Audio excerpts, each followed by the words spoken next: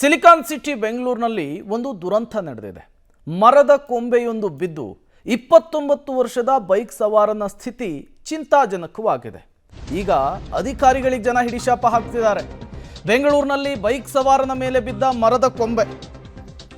Bike ಸವಾರನ ಸ್ಥಿತಿ ಗಂಭೀರ, ಆಸ್ಪತ್ರೆಗೆ ದಾಖಲಿಸಲಾಗಿದೆ. ಬಸವನಗುಡಿಯ ಬ್ರಹ್ಮಚೈತನ್ಯ ಮುಂದಿರುವಂತಹ ಸ್ಥಳದಲ್ಲಿ ಘಟನೆ ನಡೆದಿದೆ. ಶ್ರೀನಿವಾಸ ನಗರದ ನಿವಾಸಿ ಅಕ್ಷಯ್ 29 ವರ್ಷ, ಗಾಯಗೊಂಡಂತಹ ಬೈಕ್ ಸವಾರ.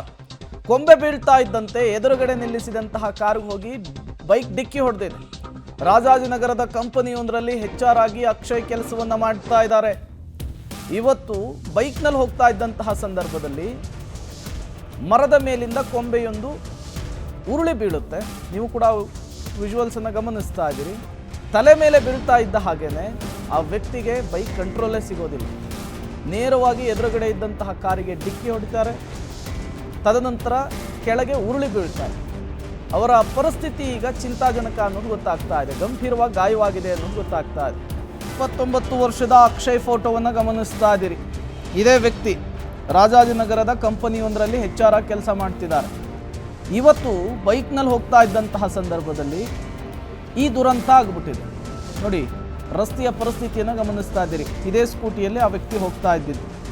ಹೆಲ್ಮೆಟ್ ಕೂಡ ಹಾಕಿದ್ದಾರೆ, ಆದರೂ ಕೂಡ ಮರದಿಂದ ಕೊಂಬೆ ಬಿದ್ದಿದೆ. ಆ ಜಾಗದಲ್ಲಿ ಈಗ ರಕ್ತ ಚೆಲ್ಲಿರುವಂಥದ್ದು. 29 ವರ್ಷದ ಅಕ್ಷಯ್ ಅವರ ತಲೆ ಮೇಲೆ ಈ ಮರದ ಕೊಂಬೆ ಬಿದ್ದಿದೆ. ಈಗ ಆಸ್ಪತ್ರೆಗೆ ಅಡ್ಮಿಟ್ ಮಾಡಿದ್ದಾರೆ ಅವರನ್ನು ಅನ್ನೋದು ಕೂಡ ಗೊತ್ತಾಗ್ತಾ ಇದೆ. ಅವರ ಪೋಷಕರು ಮಾತನಾಡಿದ್ದಾರೆ.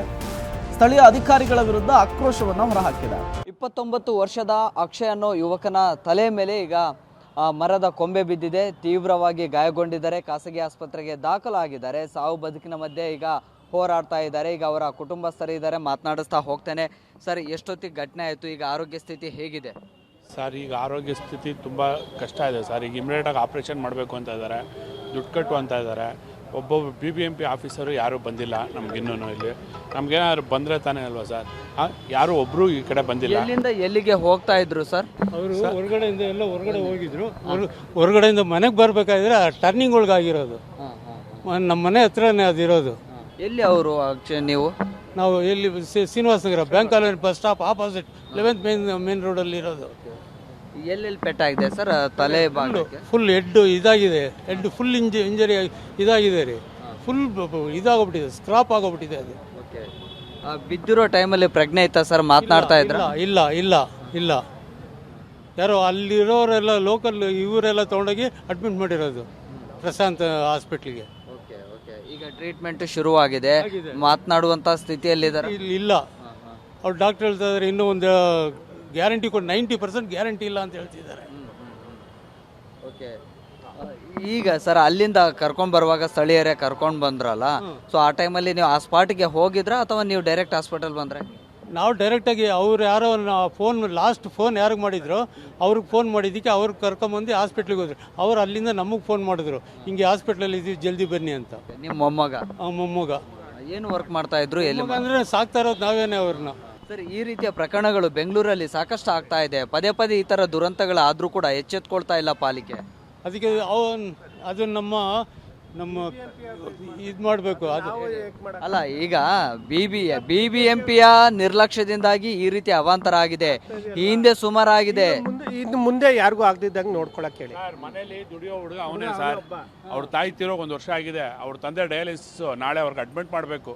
ಅವ್ರಿಗೆ ನಾಳೆ ಅಡ್ಮಿಟ್ ಮಾಡ್ಬೇಕು. ಯಾರು ಬೇಕಾದ್ರೂ ಬರಲಿ, ಮೀಡಿಯಾದವ್ರು ಮನೆಗೆ ಬಂದು ನೋಡಲಿ. ಅವ್ರ ತಂದೆ ಓಡಾಡೋಕ್ಕಾಗಲ್ಲ. ಇರೋ ಒಂದು ತಂಗಿನ ಮದುವೆ ಮಾಡ್ಕೊಂಡಿದ್ದಾರೆ. ಮನೇಲಿ ಕೆಲಸ ಮಾಡಿಕೊಂಡು ಹುಡುಗ ಸಂಪಾದನೆ ಮಾಡ್ತಾ ಇದ್ದಾರೆ ಸರ್. ಇವತ್ತು ಬಿದ್ದು ಈ ಥರ ಆಗಿದೆ. ಯಾರು ಸರ್ ಇದಕ್ಕೆ ಜವಾಬ್ದಾರಿ? ಯಾರು ಜವಾಬ್ದಾರಿ ಸರ್? ಗಾಡಿ ತೊಗೊಂಡ್ರೆ ಮತ್ತಷ್ಟು ಡೀಟೇಲ್ಸ್ ಕೊಡ್ತಾರೆ. ಪ್ರಕಾಶ್ ನೇರ ಸಂಪರ್ಕದಲ್ಲಿ ಜಾಯಿನ್ ಆಗಿದ್ದಾರೆ. ಪ್ರಕಾಶ್, ಈಗ ಅಕ್ಷಯ್ ಗಾಯಗೊಂಡಿದ್ದಾರೆ, ಆಸ್ಪತ್ರೆ ಸೇರಿದ್ದಾರೆ. BBMP ಅಷ್ಟೋ ಇಷ್ಟೋ ಪರಿಹಾರವನ್ನು ಕೊಟ್ಟು ಕೈ ತೊಳ್ಕೊಳ್ಳುತ್ತೆ. ಬಟ್ ನನ್ನ ಮೂಲ ಪ್ರಶ್ನೆ ಇರುವಂಥದ್ದು, ಪ್ರತಿ ಬಾರಿ ಮಳೆಗಾಲ ಬಂದಂತಹ ಸಂದರ್ಭದಲ್ಲಿ ಸರ್ಕಾರ BBMP ಹಳೆ ಮರಗಳನ್ನು ಗುರುತಿಸಿದ್ದೀವಿ, ಅವುಗಳನ್ನು ತೆರವುಗೊಳಿಸಿದ್ದೀವಿ, ಅನಾಹುತವಾಗದೇ ಇರುವಂತಹ ನಿಟ್ಟಿನಲ್ಲಿ ಕ್ರಮ ತೆಗೆದುಕೊಳ್ಳಿದ್ದೀವಿ ಅಂತ ಹೇಳ್ತಾರೆ. ಕೋಟಿ ಅದಕ್ಕೆ ಮೀಸಲಿಟ್ಟಿದ್ದೀವಿ ಅಂತ ಹೇಳ್ತಿದ್ದಾರೆ. ಎಲ್ಲಿ ಹೋಗ್ತಾ ಇದೆ ಅಂಥೇಳಿ, ಈ ದುರಂತದ ಹೊಣೆಯನ್ನು ಯಾರು ಹೊತ್ಕೋತಾರೆ ಅಂಥೇಳಿ ಪ್ರಕಾಶ್? ಪ್ರೇಮ್, ಖಂಡಿತವಾಗ್ಲೂ ಕೂಡ ಈ ಒಂದು ದುರಂತಕ್ಕೆ ಹೊಣೆ ಪಾಲಿಕೆನೇ ಆಗುತ್ತೆ. ಪಾಲಿಕೆಯ ಬಜೆಟ್ನಲ್ಲಿ ಕೂಡ ಒಣಗಿದ ಮರಗಳನ್ನು ತೆರವು ಮಾಡೋದಕ್ಕೆ ಅಂತ ಹೇಳಿ ಮೀಸಲಿಟ್ಟಿರ್ತಾರೆ. ಸೊ ಹಾಗಿದ್ರೂ ಕೂಡ ಎಲ್ಲೆಲ್ಲಿ ಡೇಂಜರಸ್ ಮರಗಳಿದ್ದಾವೆ ಅವುಗಳನ್ನು ತೆರವು ಮಾಡೋದ್ರಲ್ಲಿ ಪಾಲಿಕೆ ನಿರ್ಲಕ್ಷ್ಯವನ್ನು ವಹಿಸ್ತಾ ಇದೆ. ಅದರ ಪರಿಣಾಮವಾಗಿ ನಗರದಲ್ಲಿ ಆಗಾಗ ಈ ರೀತಿಯ ಪ್ರಕರಣಗಳು ಕೂಡ ಆಗ್ತಾ ಇರುತ್ತೆ. ಈ ಒಂದು ವಿಚಾರದಲ್ಲಿ ಕೂಡ ಈ ಒಂದು ಪ್ರಕರಣದಲ್ಲಿ ಕೂಡ ಹಳೆಯದಾಗಿರುವಂತಹ ಮರ ಒಣಗಿತ್ತು. ಸೊ ನೇರವಾಗಿ ಎತ್ತರದಿಂದ ಆ ಮರದ ಕೊಂಬೆ ಬೀಳುತ್ತೆ. ಹೆಲ್ಮೆಟ್ ಹಾಕಿದ್ರು ಕೂಡ ಅಷ್ಟರ ಫೋರ್ಸಲ್ಲಿ ಆತನ ತಲೆಗೆ ತೀವ್ರ ಗಾಯಗೊಂಡಿರ್ತಾನೆ. ಸೊ ಕೂಡಲೇ ಸ್ಥಳೀಯ ಆಸ್ಪತ್ರೆಗೆ ದಾಖಲು ಮಾಡ್ತಾರೆ. ಆದರೆ ಅಲ್ಲಿ ಚಿಕಿತ್ಸೆಯನ್ನು ಕೊಡೋದಕ್ಕೆ ಆಗೋದಿಲ್ಲ, ಅಷ್ಟರ ಮಟ್ಟಿಗೆ ಡ್ಯಾಮೇಜ್ ಆಗಿದೆ ಅಂತ ಹೇಳ್ತಾರೆ. ಮತ್ತೆ ಒಂದು ಸಣ್ಣ ಆಶಾಭಾವನೆಯೊಂದಿಗೆ ಮತ್ತೊಂದು ಆಸ್ಪತ್ರೆಗೂ ಕೂಡ ದಾಖಲು ಮಾಡ್ತಾರೆ. ತಲೆಯ ಮಧ್ಯಭಾಗ ಏನಿದೆಯಲ್ಲ ಕಂಪ್ಲೀಟ್ ಆಗಿ ಅದು ಒಂದು ರೀತಿಯಲ್ಲಿ ದೊಡ್ಡ ಮಟ್ಟದಲ್ಲಿ ಹಾನಿಯಾಗಿದೆ. ಸೊ ಈಗ ಆಪರೇಷನ್ಗೆ ಕಳಿಸಲಾಗಿದೆ. ಸುಮಾರು 2-3 ಗಂಟೆಗಳ ಕಾಲ ಈ ಒಂದು ಆಪರೇಷನ್ ಆಗುತ್ತೆ. ಅದಾದ ಬಳಿಕ ಅವರಿಗೆ ಪ್ರಜ್ಞೆ ಬರುತ್ತಾ ಅನ್ನುವಂಥದ್ದನ್ನು ನೋಡ್ಬೇಕು. ಅದಾದ ಬಳಿಕ ಅವರ ಆರೋಗ್ಯ ಸ್ಥಿತಿ ಬಗ್ಗೆ ಒಂದು ಸ್ಟೇಟಸ್ ಅನ್ನು ಕೊಡ್ತೀವಿ ಅಂತ ಹೇಳಿ ವೈದ್ಯರು ಹೇಳಿದ್ದಾರೆ. ಈಗ ಕುಟುಂಬಸ್ಥರು ಕೂಡ ಸ್ಥಳಕ್ಕೆ ಆಗಮಿಸಿದ್ದಾರೆ. ಪಾಲಿಕೆಯ ನಿರ್ಲಕ್ಷ್ಯಕ್ಕೆ ಆಕ್ರೋಶವನ್ನು ಕೂಡ ಹೊರಹಾಕ್ತಾ ಇದ್ದಾರೆ. ಇಷ್ಟೆಲ್ಲ ಅವಾಂತರ ಆಗಿದೆ, ಘಟನೆ ನಡೆದು ಇಷ್ಟು ಗಂಟೆಗಳಾಗಿದ್ದಾವೆ. ಹಾಗಿದ್ರೂ ಕೂಡ ಪಾಲಿಕೆಯ ಅಧಿಕಾರಿಗಳು ಆ ಒಂದು ಘಟನಾ ಸ್ಥಳಕ್ಕೂ ಬರಲಿಲ್ಲ, ಆಸ್ಪತ್ರೆಗೂ ಬರಲಿಲ್ಲ. ಎಲ್ಲೋ ಒಂದು ಕಡೆ ಜನರ ಜೀವವನ್ನು ಒಂಥರ ನಿರ್ಲಕ್ಷ್ಯ ಮಾಡ್ತಾ ಇದೆ. ಈ ಹಿಂದೆ ಕೂಡ ಮರದ ಕೊಂಬೆಗಳು ಬಿದ್ದು ಜನ ಜೀವವನ್ನು ಬಿಟ್ಟಿದ್ದಾರೆ. ಹಾಗಿದ್ರೂ ಕೂಡ ಪಾಲಿಕೆಗೆ ಸೀರಿಯಸ್ನೆಸ್ಸೇ ಬರ್ತಾ ಇಲ್ಲ ಅಂತ ಹೇಳಿದ್ರೆ ನಿಜಕ್ಕೂ ಕೂಡ ಇವ್ರಿಗೆ ಏನು ಹೇಳಬೇಕು ಅನ್ನುವಂಥದ್ದು ದೊಡ್ಡ ಪ್ರಶ್ನೆ. ಈಗ ಸಾವು ಬದುಕಿನ ಮಧ್ಯೆ ಹೋರಾಡ್ತಾ ಇದ್ದಾರೆ. ಗಾಯಾಳು ಅಕ್ಷಯ್ ಈತ ರಾಜಾಜಿನಗರದ ಒಂದು ಖಾಸಗಿ ಕಂಪನಿಯಲ್ಲಿ HR ಆಗಿ ಕೆಲಸ ಮಾಡ್ತಾ ಇದ್ದ. ತಂದೆ ಡಯಾಲಿಸಿಸ್ನಿಂದ ಬಳಲ್ತಾ ಇದ್ರು. ಕುಟುಂಬಕ್ಕೆ ಒಬ್ಬರೇ ಆಧಾರ ಆಗಿದ್ರು. ಆದರೆ ಅಕ್ಷಯ್ನ ಈ ಒಂದು ಘಟನೆಯಿಂದಾಗಿ ಈಗ ಕುಟುಂಬಸ್ಥರು ಕೂಡ ಇದೀಗ ಕಣ್ಣೀರು ಹಾಕ್ತಾ ಇದ್ದಾರೆ. ಒಂದು ರೀತಿಯಲ್ಲಿ ಆತಂಕಕ್ಕೂ ಕೂಡ ಒಳಗಾಗಿದ್ದಾರೆ. ಪ್ರೇಮ್, ಥ್ಯಾಂಕ್ ಯು ಪ್ರಕಾಶ್ ತಮ್ಮೆಲ್ಲ ಮಾಹಿತಿಗಾಗಿ.